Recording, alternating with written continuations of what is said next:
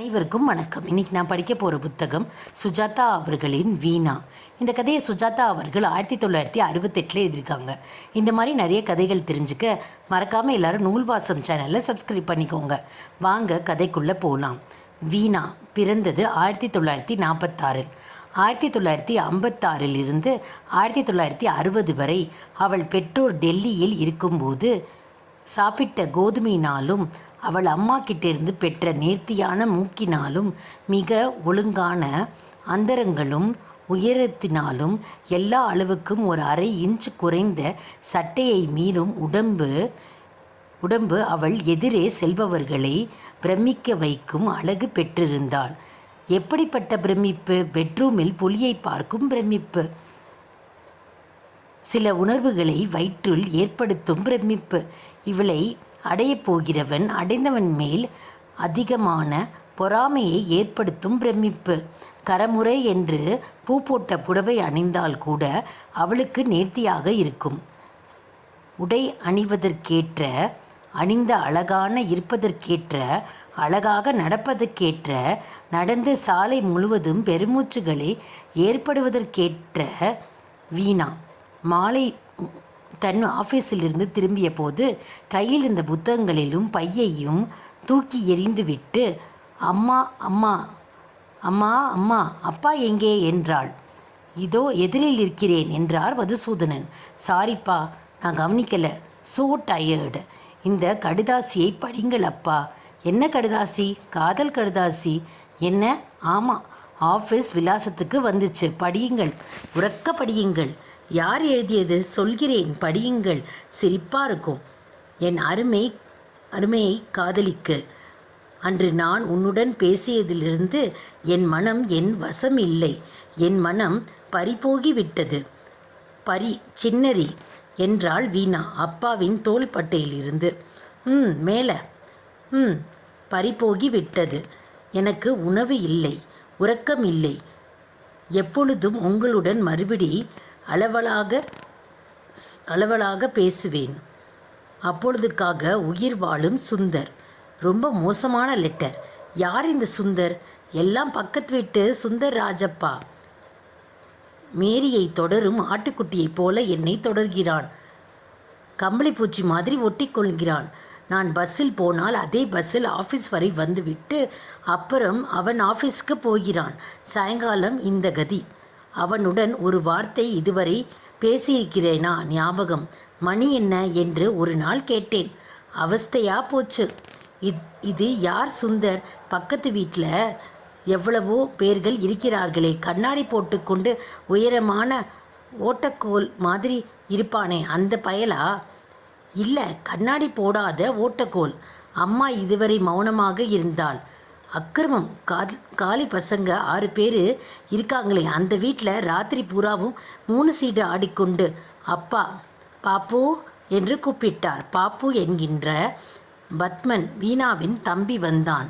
பக்கத்து வீட்டுக்கு போய் சுந்தர் என்கின்ற ஒரு பையன் இருக்கிறான், அவனை கூட்டிக் கொண்டு வா.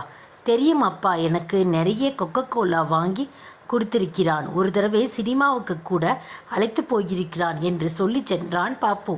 சி என்றாள் அம்மா. அப்பா வீணாவை பார்த்தார்.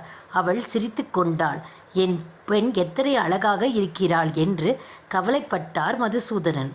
அப்பா, உங்ககிட்ட இந்த மாதிரி கம்ப்ளைண்ட் செய்கிறது எனக்கு வெக்கமாக தான் இருக்குது. நான் ஒன்றும் பயந்த பெண் இல்லை. ஆனால் இவன் செய்வது அருவருப்பாக இருக்கிறது. எனக்கு கட்டோட பிடிக்கல. இந்த வீட்டை காலி செய்து கொண்டு போய்விடலாம் என்றாள் அம்மா. எதற்காக காலி பண்ண வேண்டும்? இரு அவன் வரட்டும். அப்பா, அனாவசியமாக ரகளை பண்ணாதீங்க. அவனை கூப்பிட்டு இந்த மாதிரி செய்வது நன்றாக இல்லை, இனிமேல் செய்யாதே என்று சொல்லுங்கள். அவன் வரட்டும். மதுசூதனன் தன் செயலை பற்றி யோசித்து கொண்டிருந்தார். பெரிய நியூசன்ஸாக போய்விட்டான். எங்கே போனாலும் என் பின்னாடி ஃபாலோ பண்ணிக்கிட்டே வருகிறான். ஒரு சிரிப்பு சிரிக்கிறான், பார்க்க முடியவில்லை. நம்ப மாட்டீர்கள் அப்பா, நேற்று சிநேகிதியுடன் படகில் தண்ணீரில் போகிற போது தண்ணீரிலிருந்து தலையெடுத்து சிலிர்த்து கொண்டு சிரிக்கிறான். யார்? சுந்தர் என்றாள் வீணா. சுந்தர் வாசலில் செருப்பை உதறிவிட்டு தயங்கி உள்ளே வந்தான். வீலா சில பத்திரிகைகளை சேகரித்து கொண்டு நிதானமாக மாடிக்குச் சென்றாள். சுந்தர் ஒரு சாதாரணவன். அவன் உலகம் நீங்கள் கேட்டவை. தீபாவளி மலர், எம்ஜிஆர், சிவாஜி படங்கள், உலகச் செய்திகள். நம்பர் 1 உலகம். 1லேருந்து 66க்குள் கால் கடுக்க நிற்கும் உலகம். உங்களுக்கு கால் வலிக்கவில்லையா என்று கேட்டால் அதெல்லாம் பரவாயில்லை என்று கூறும் சுபாவம். அவன் வாழ்க்கையில் நிகழ்ந்த மகத்தான சலனம் வீணாவிடம் ஒரு தடவை பேசியது. மகத்தான தீர செயல் அந்த கடிதத்தை எழுதியது. சுந்தர் சற்று முற்றும் பார்த்தான். மதுசூதனன் நின்றார். அம்மா கையில் கரண்டியை வைத்துக்கொண்டு நின்றாள். பாப்பு நெகத்தை கடித்துக்கொண்டு நின்றான். அசிங்கமான மௌனம். அவன் கை விரல்கள் மெதுவாக நடுங்க ஆரம்பித்தன. குட் ஈவினிங் என்றான். அங்கிள் குட் ஈவினிங் சார் என்பதை விழுங்கிவிட்டான். நீதான் சுந்தரா? ஆமாம் சார். உனக்கு மூளை இருக்கா? எனக்கு மூளை இருக்கா? சுந்தர் பின்னால் திரும்பினான். யாராவது வக்காலத்துக்கு கூட்டிகிட்டு வந்திருக்கியா? மதுசூதனன் மேலும் கேட்டார். இந்த லெட்டர் நீதானே எழுதியது? லே என்று ஒற்றை வார்த்தையை நழுவினான். பார்த்து சொல்லு. உன் கையெழுத்து தானே? பார் என்று அவன் முகத்தில் முன் அந்த கடிதத்தை ஆட்டினார். நீதானே? புள்ளி. பதில் தான் வரவில்லை. உங்கள் மாமா கிட்ட சொல்லட்டுமா? வேண்டாம் சார் என்றான் உடனே சப்ஷ்டமாக. பின்ன ஏன் எழுதினாய்? முழிக்கிறத பாரு, குறவன் மாதிரி.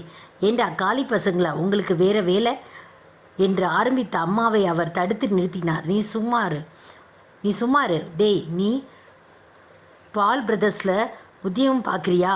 ஆமாம் சார். எனக்கு பால் பிரதர்ஸில் 2 பேரே தெரியும். இப்போ ஒரு ஃபோன் பண்ணினா கால் போட்டால் நாளைக்கு காலையில் உன்னை சீட்டை கிழிச்சிடுவாங்க தெரியுமா? ஃபேக்ட்ரி படி அது சாத்தியமில்லை. அக்ரிமெண்ட் படி அது சாத்தியமில்லை என்று சொல்ல வேண்டும் போல இருந்தது. சுந்தருக்கு சொல்லவில்லை. மதுசூதனன் மேலும் விரட்டினார். உங்கள் வீட்டுக்காரர்கிட்ட சொன்னால் நாளை பெட்டி படுக்கையோடு தெருவில் தூக்கி எரிஞ்சிடுவார் தெரியுமா? இதற்கும் அவன் சொல்ல நினைத்ததை பதிலே சொல்லவில்லை. நான் முன் சொன்னபடி சுந்தர் சாது கால் கட்டை விரலால் வட்டங்களை வரைந்து கொண்டு சாரி சார் என்றான். என்ன சாரி? எப்பொழுதாவது யோசித்து பார்த்துக்கிறியா? இந்த மாதிரி கடிதம் எழுதுவது தப்பு. அந்த பொண்ணுக்கு இதெல்லாம் விருப்பமில்லாமலும் இருக்கலாம். இந்த மாதிரி எழுதுவது எவ்வளவு சில்லி, முட்டாள்தனம், பேதை, அறியாமை என்றார். பையா, நீ என்ன படிச்சிருக்க? BA. கோல்ட்ஸ்மித் படித்திருக்கியா? படித்திருக்க மாட்டாய். போய் உட்காந்து படித்து பாரு, அப்புறம் புரியும். சரியான லூஸாக இருக்கிறாய். சில மரங்கள் சில மரங்கள் லூஸாக இருக்கும் போது டைட் பண்ணிக்க. ஞாபகம் ஏற்பட்டும், புத்தி வரும். நான் ஒரு புஸ்தகம் தரட்டுமா? பேசுகிறான். பார் அம்மா. நீ இரு அப்பா.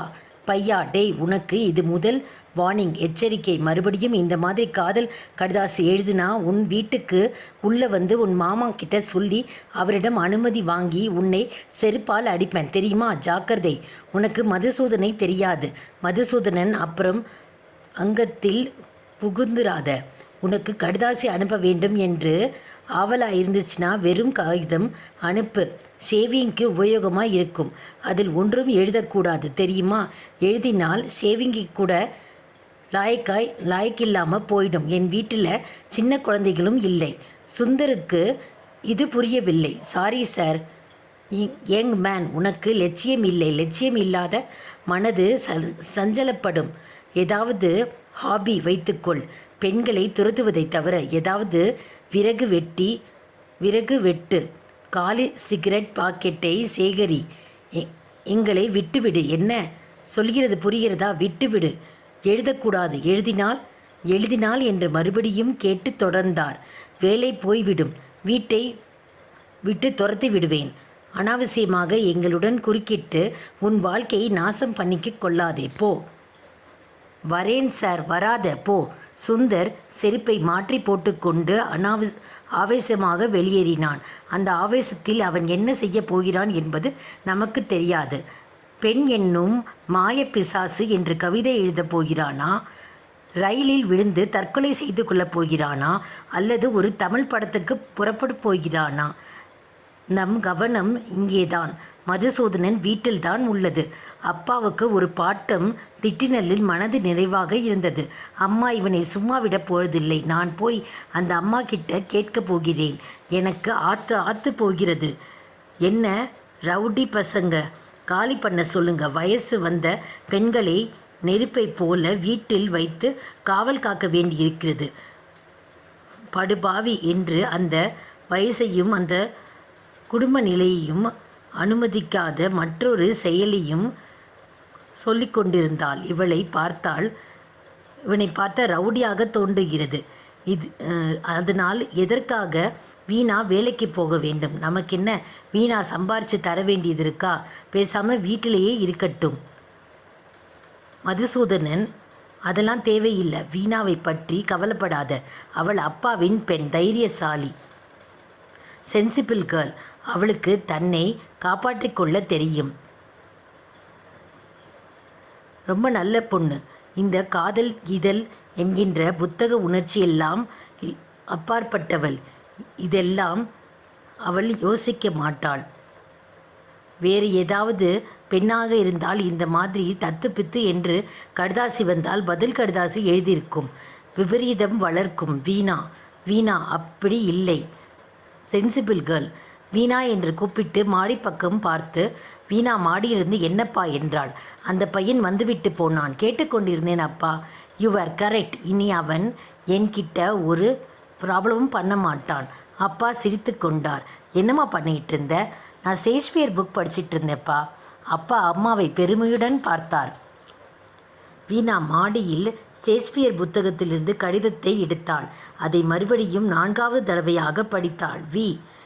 என் 1000 தடவை அன்பே, சனிக்கிழமை நாம் வெளியே சந்திப்போம். மிக அவசரமான காதலும் சேர்ந்தது. சுந்தர். வீணா அந்த கடிதத்தை 8ஆக மடித்து தன் மார்பில் அந்தரங்கத்தில் சொருகிக் கொண்டாள். இந்த கடிதத்தை பற்றி அப்பாவிடம் சொல்லவில்லை. ஏனெனில் இது வேறு சுந்தர். இவ்வளோ நேரம் கேட்ட அனைவருக்கும் நன்றி.